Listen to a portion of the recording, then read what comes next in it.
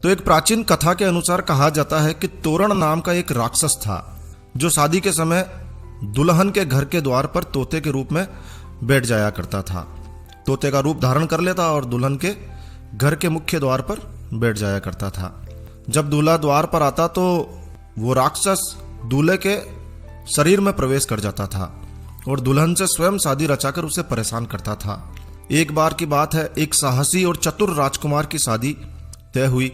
शादी के समय जब वो दुल्हन के घर में प्रवेश कर रहा था तो उस राजकुमार में कुछ देवीय शक्तियां थी।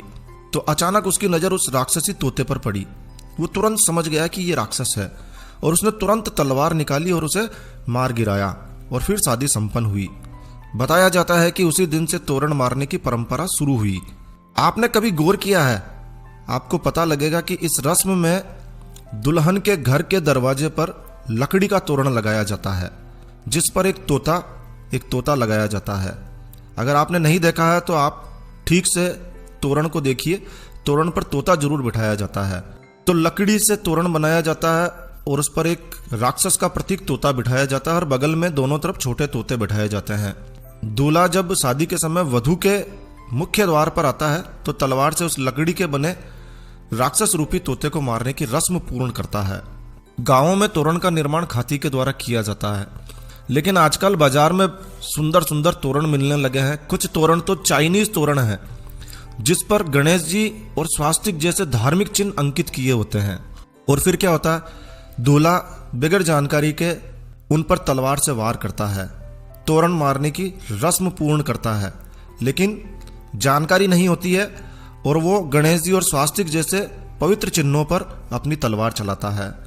शास्त्रों के अनुसार तोरण पर तोते का स्वरूप ही होना चाहिए, दूसरा कोई चिन्ह नहीं होना चाहिए। लेकिन इन दिनों तोते की जगह तोरण पर गणेश जी या अन्य धार्मिक चिन्ह अंकित कर दिए जाते हैं। दूल्हा भी तोरण की जगह उन पर ही वार करता है और कहते हैं कि भारतीय समाज में पति पत्नी के मध्य अनेक प्रकार के विवाद, तलाक बढ़ने के मामले के पीछे भी यही कारण है। तो विद्वानों को भी इस बात को समझकर प्रचारित प्रसारित करना चाहिए। एक तरफ हम शादी में गणेश पूजन करके उनको रिद्धि सिद्धि सहित शादी में पधारने का निमंत्रण देते हैं और दूसरी तरफ हम उन्हीं पर तलवार से वार कर उनका अपमान करते हैं। ये उचित नहीं है। तोरण की इस रस्म का ध्यान रखकर परंपरागत तोरण को ही लगाया जाना चाहिए, लेकिन जानकारी के अभाव में लोग जानते ही नहीं है, क्या करें। जानकारी के अभाव में जो तोरण बाजार में मिल जाता है वही ले आते हैं।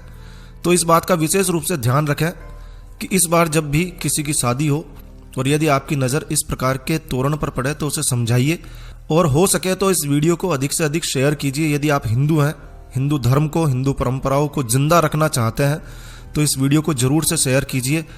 दोस्तों, हम इस वीडियो के माध्यम से डाउनलोड मौज